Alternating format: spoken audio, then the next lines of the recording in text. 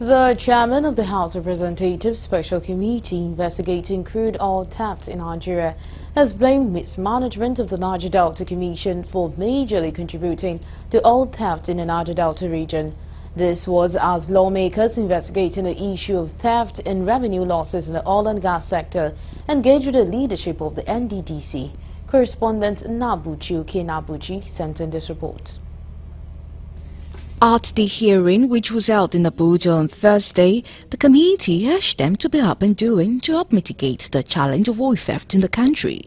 Engaging critical stakeholders to understand the extent of the criminal act and preferring lasting solutions, some lawmakers said the lack of access to petroleum products for riverine communities and their mismanagement of the Niger Delta Development Commission's contribution to oil theft encouraged oil theft.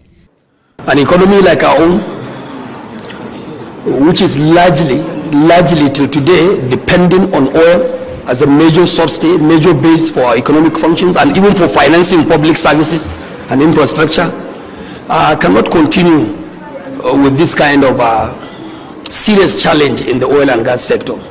Whatever crude you took from my backyard, refined in Europe, stops in Port Harcourt.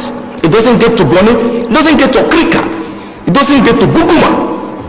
That was the reason the NMPCL, lofty ideas, fantastic initiative, introduced the floating jetty.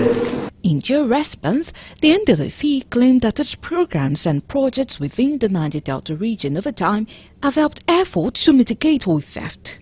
If you want to even travel to Nembe, you have to get to Yanagua and travel the same distance. So we have been able, by reason of that single road, been able to provide security, to intervene in any oil theft in that axis. This road, hold on, this road that you are talking about, do you know that I can tell you how long it took Nddc to build that road? Do you know how long it took Nddc to build that road? I know. 16 years, my brother. 16 years. Building 28-kilometer road. Whether it was you are making or not, is that the right thing to do? On its part, the Economic and Financial Crimes Commission, EFCC, who said they have convicted several individuals on oil theft and illegal dealings, noted lack of transparency in community compensations as well as in the implementation of best practices by companies. The anti-graft agency expressed worry over bottlenecks in curbing oil theft, calling for the establishment of a specialized court to enable speedy prosecution of suspected oil thieves. We've also seen inadequate implementation of international best practices. It's one thing to say that this is what we do. The other thing, of course, is it being implemented by various agencies or various stakeholders?